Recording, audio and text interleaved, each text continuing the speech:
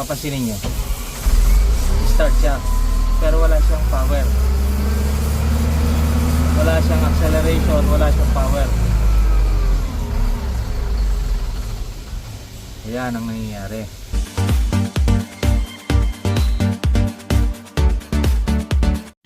Hello YouTuber, hello everyone, welcome to my channel Caterpillar John Hank. Okay, sharing is caring.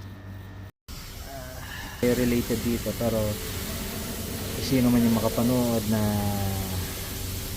technician dyan o electrician o ano pa man o mekaniko sa ganitong type ng engine. Ito ngayon na-encounter namin itong ganitong problema. Even before na na-encounter ko na to, kaya lang ngayon gusto ko lang i-share na kung mapapansin nyo dito kasi sa system ng makina na to, andito tayo sa engine side. Okay, meron siyang atmospheric, ayan, atmospheric sensor yan, at saka yung isa booster type sensor, ayan. So may pangyayari na itong sensor na to, itong booster ay hindi nagpa-function o sira, parang shorted sa loob, gano'n. Ang makina mo ay andar siya pero wala siyang lakas, kaparehas nito ha. Kung makikita nyo, nakahugot na to, ayan, nakahugot. Ibabalik ko siya. Okay, tapos testingin natin.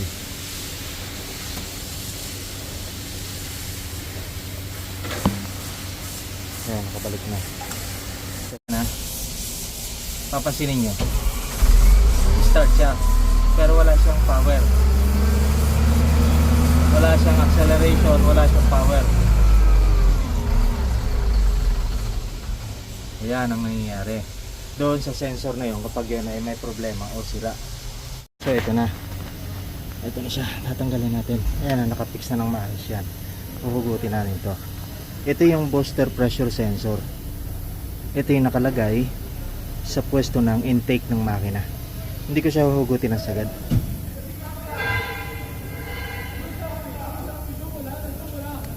Ayan, tanggal na para makita natin kung ano yung epekto. Ayan, papasinin nyo.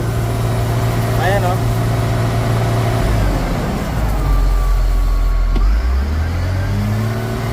Ang ganda ng RPM nya. Ayan, nagwa-warning din dahil nga doon sa sensor na yun, diba? So sana makatulong sa mga mekaniko o technician o sino pa man na may ganitong problema sa kanilang shovel o lahat ng shovel or excavator na gumagamit ng SUI pump, HU pump. Okay, lahat ng makina na gumagamit ng HU pump, try nyo itong ganitong sistema. Okay, maraming salamat.